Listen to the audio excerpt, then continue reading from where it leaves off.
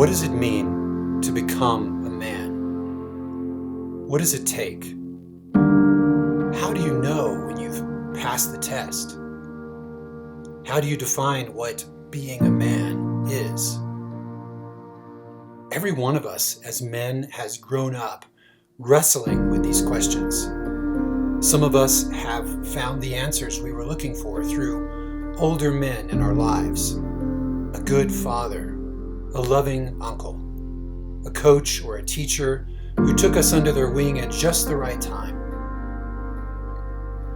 But a lot of us, most of us really, have a complicated history with the idea of manhood. Maybe we didn't measure up in all the ways our fathers wanted us to. Maybe we didn't have a father at all. Maybe our interests and abilities didn't match what the culture told us we were supposed to be. In this video series, we asked 3 of our BraveHeart leaders to sit down together and share the story of their own personal journey to manhood. We want to help men see that every man's story is unique, and it matters, and that it belongs. And that no matter how messed up you think your story is, it can't stop you from becoming the man you're meant to be.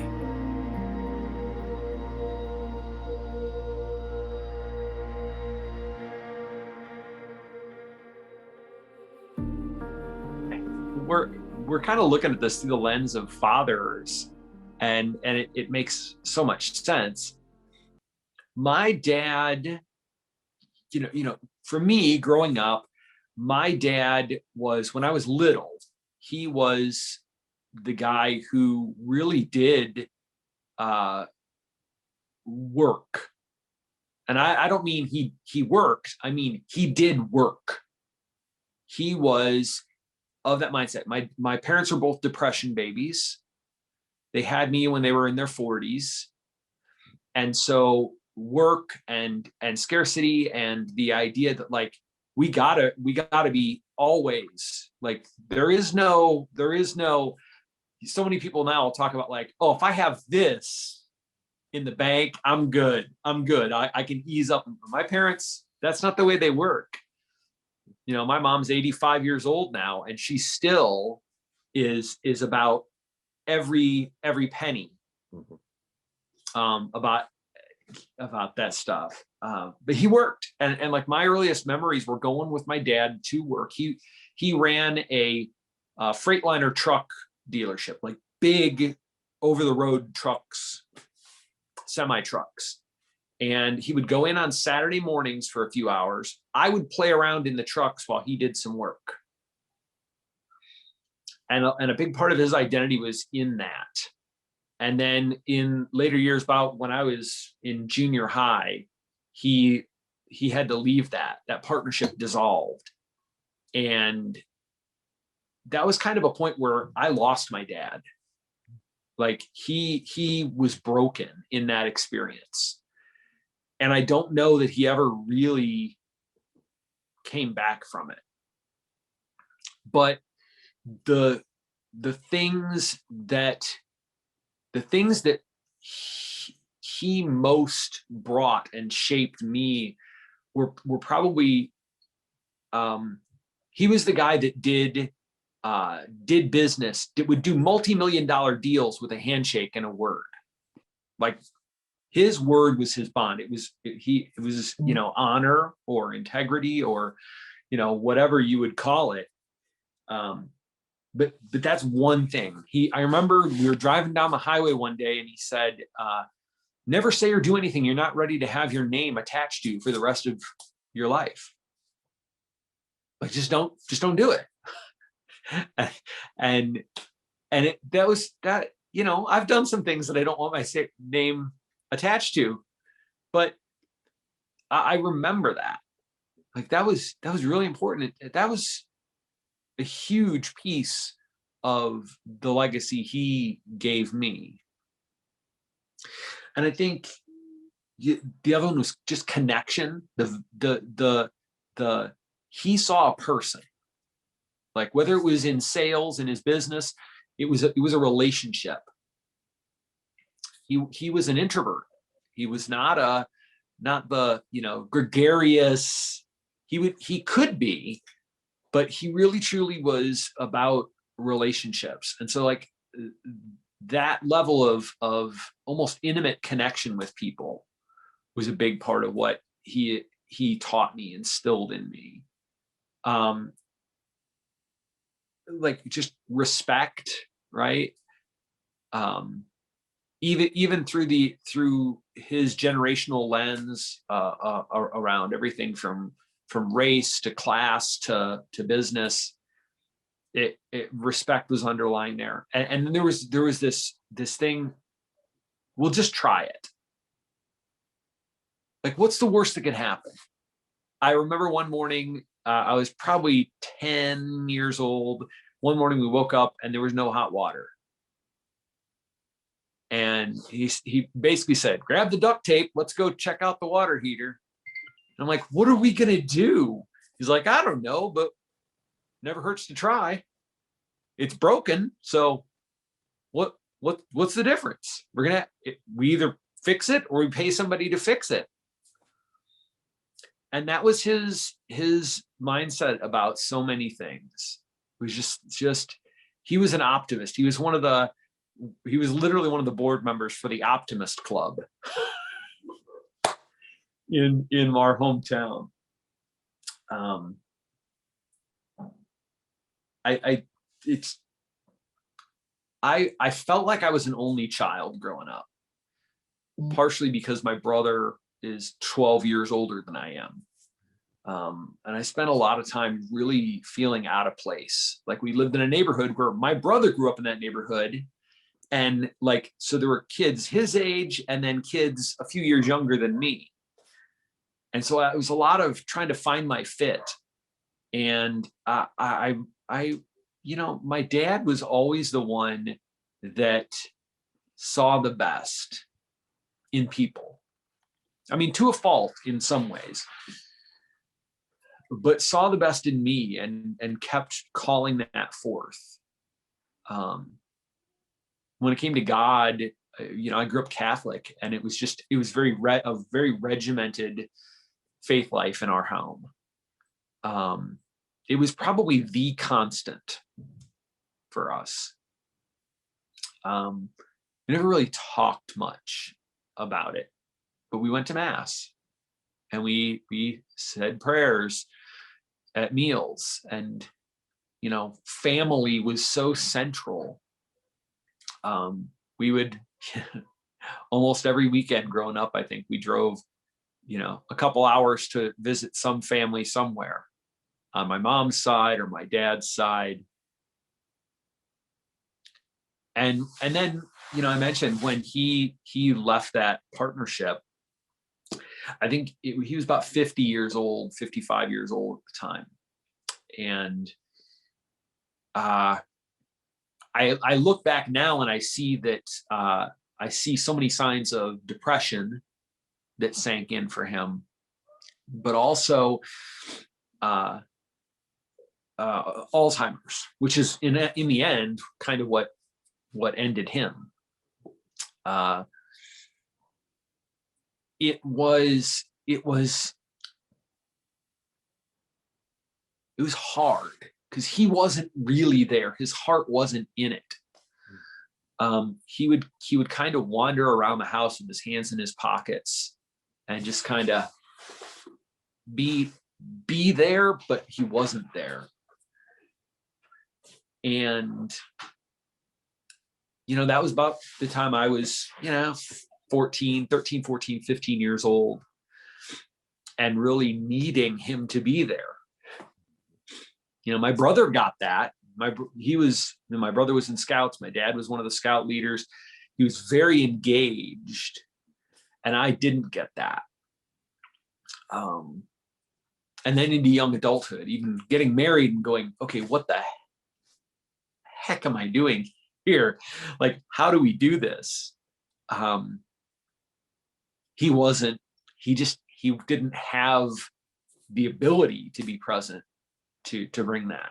And so there were probably 4 or 5 guys who in my life, men who in my life stepped into that fathering role. One would be this guy was I don't know if he was paid or unpaid, but he was involved in the church, the first church I worked at, right out of college. And his name was Bob Knowles. And he wasn't quite as old as my dad was, but he could have been my dad, age-wise. And something in him just saw me and drew me in. Like he drew me in, and he, got me involved in some of the stuff he was doing. And it was those moments of little pearls of wisdom of he was one of the core youth group leaders. So it was that engagement that I saw there. My buddy's dad, Jim, who just that steady paced, he went through Vietnam, so there wasn't much in the work world or in life that could ruffle his feathers. He's just unflappable.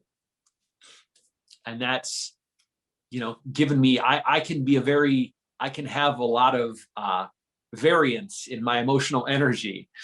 And Jim has been a big force in my life for, just finding the Zen. Like, hey, nobody's putting bullet holes in your Jeep right now, so you're going to be okay. My father-in-law was another one.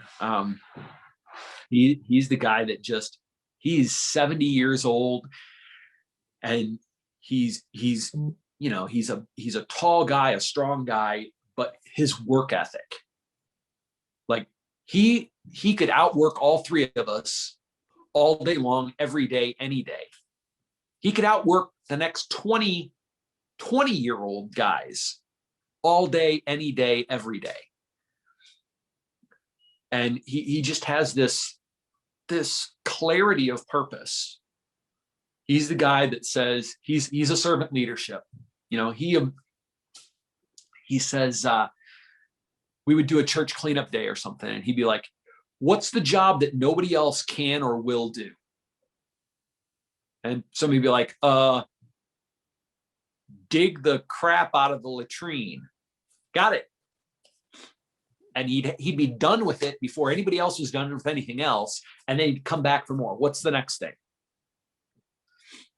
And he has about 7 or 8 phrases that have just become mantras. Teamwork makes the dream work. Windows of opportunity open, windows of opportunity close. Life is like sometimes opportunity is like real estate, location. So he's got these things that to him, it's like a joke. And there's such a lightness to the way he sees things that to so many, to me, so more often than not, it's like, oh, that's right. There's this epiphany. He's like an epiphany machine, And so I think it's been a big part of the way God has fathered me. It has been through those guys. In these, I can't tie it to a verse. I can't tie it to a specific moment, but it's like those are probably the 5 guys. My dad and those 4 guys have saved me in a lot of ways. And it's like when I look at my relationship with God, I see it in those five dimensions, those 5 perspectives. Just my dad's my dad's big heart. Jim's just no nonsense. Devin's just clarity of purpose. Bob's fully present, you know, and then Mike, who has been a huge piece of my life and my journey. Just his steadfastness and his intimacy with Christ in a way that is just, that inspires me to just have that kind of authenticity to it. Love it, Justin. Thank you so much for telling us your story. Was Mike is that your father-in-law? No, that's Mike Warden. Oh, Michael. Devin is my father-in-law. Yeah. Gotcha. Okay. Yeah, Michael has had a huge impact on all of us, hasn't he? Same. Yeah. So I was just going to ask you, Justin, real quick on your I think that story about your dad a little bit resonates probably with a lot of mid-50s. You know, it's a tough time in a person's career. And you being 13, a teenager, just like Kevin, that critical time. Wow. I want to learn from your story. I don't want to hijack it, but tell me more about what you felt when your dad was doing that and what you maybe learned from your dad in that deep, like, I don't know. I want to hear more about that. Yeah. Man, it's I'm very tender for my dad's experience there. Because yeah, he was probably 55. And you know, it was we lived in a very blue collar Midwestern town. And so very much the mindset is around work, and work is contributing to the community, to like all that. And there was a huge part of that that really he lost. And I think part of it was a dream unfulfilled. Like he was in this partnership and he was supposed to be able to buy out and own that business. And that entrepreneurial spirit was a big part of his identity as well for as long as I knew him, as long as he was alive. That's something I have as well. And to see it kind of not be lived out it hurt him. It hurt me. And then after that happened, it was, he approached several potential deals and they kept falling through and they didn't work out. And he would have to pull out of it or something and to buy a business. And the unlived life kind of broke him. Yeah, that had to, I mean, for him to not be as available to you as he was to his brother, your brother. Yeah. That had to be hard. Yeah. In a lot of ways he was, you know what I mean? Like I didn't get the sex talk was, so you really like this girl? Well, don't screw it up by screwing her. And that was it. I mean, that was it. Right. So there was a lot that was missing because he was physically present, but he just didn't have it. And he didn't have much to give because he was lost in some of his own sense of pain and loss. And so there's a, that's a hot button for me. Like I'm constantly checking in going, okay, that's a part of the story I don't want to repeat with my kids. Right. And I think there is something to these, to looking at story and going, one, having compassion and curiosity for ourselves and for the people in the stories, but also like choosing how we want to write moving forward. Like we get to write, we get to collaborate in that story, and I really want to take the best. I think we all want to take the best and leave the worst. Yeah. Justin, it's very clear that God was faithful to you, like he's been faithful to us, and just bringing you all these godly men, at least these people in your life. And you have this thing, and I mean, I hear it, this, idea of your dad just didn't seem to bounce back or come back from his brokenness. Yeah. And you're sitting there going like, I don't want to repeat that. I'm curious if these men in your life gave you any lessons about coming back from brokenness or this resilience of bouncing back. Or it's so interesting because like each of those relationships mirrors some aspect of either my relationship with my dad or with my brother. So Bob Knowles was about 55 when I met him, and left a business and started a business, and taught me a lot about resiliency.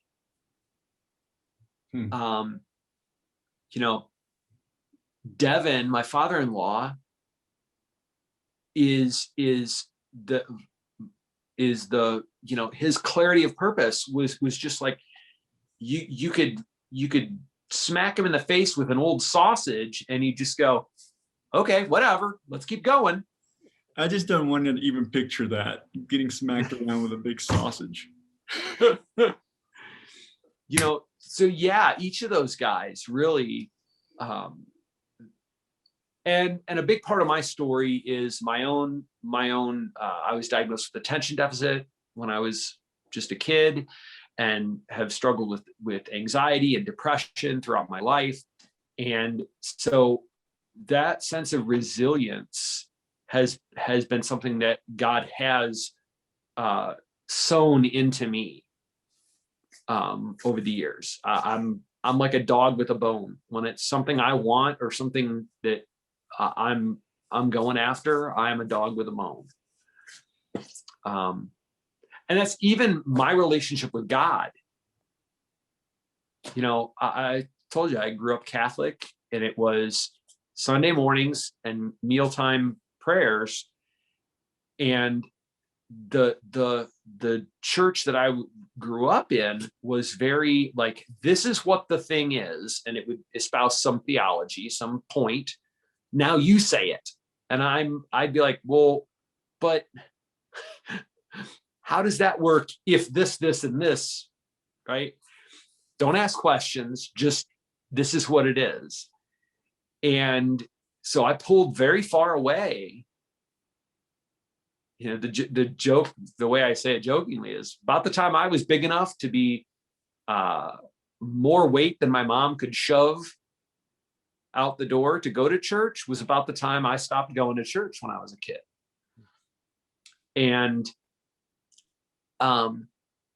it was through this kind of tenacious relationship I had with a guy who just kept pursuing me and giving me space in college, giving me space to ask questions and wrestle with things. The story of Jacob wrestling with God, that's my faith story.